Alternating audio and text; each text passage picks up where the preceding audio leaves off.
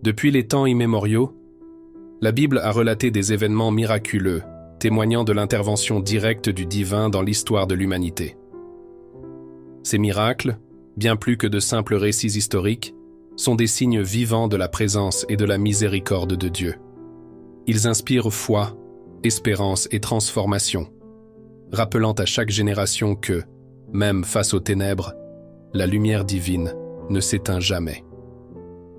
Aujourd'hui, nous vous invitons à méditer sur les 7 miracles les plus fascinants relatés dans les Écritures, des témoignages éclatants de la puissance de Dieu et de sa volonté de guider son peuple. Le premier miracle est celui de la séparation de la mer Rouge, relaté dans le livre de l'Exode. Alors que les Israélites fuyaient l'esclavage et l'oppression égyptienne, Moïse, fort de sa foi inébranlable, étendit la main sur les eaux. Par la puissance divine, les eaux se retirèrent, créant un passage sec qui permit à tout un peuple de s'évader vers la liberté. Ce miracle symbolise la délivrance, prouvant que, lorsqu'on place sa confiance en Dieu, même l'impossible devient possible. Le deuxième miracle, celui de la manne tombée du ciel, nous est également rapporté dans l'Exode. Dans l'aridité du désert, alors que la faim menaçait de submerger les Israélites, Dieu pourvut à leurs besoins en faisant descendre du ciel une nourriture miraculeuse.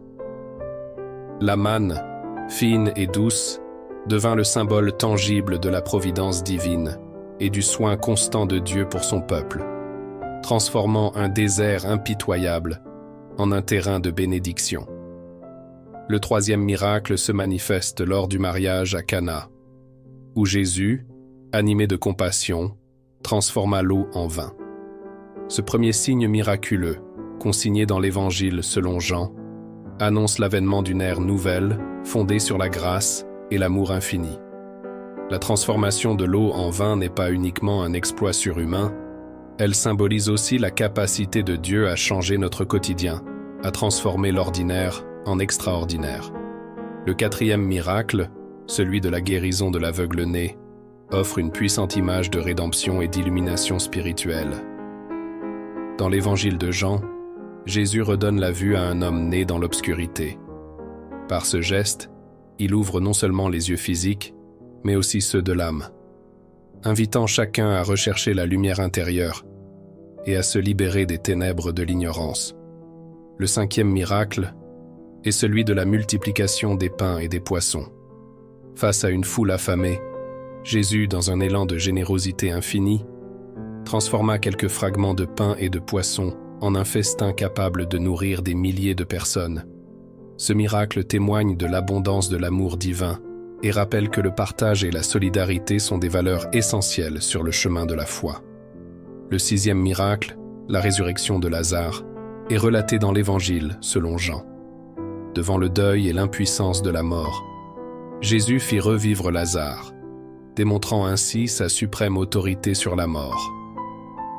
Ce geste miraculeux réaffirme la promesse d'une vie éternelle pour ceux qui croient, faisant de la mort non plus une fin, mais un passage vers une lumière éternelle. Le septième et dernier miracle est celui de la Pentecôte. Consigné dans le livre des Actes, cet événement marque le moment où le Saint-Esprit descendit sur les disciples sous la forme de langues de feu.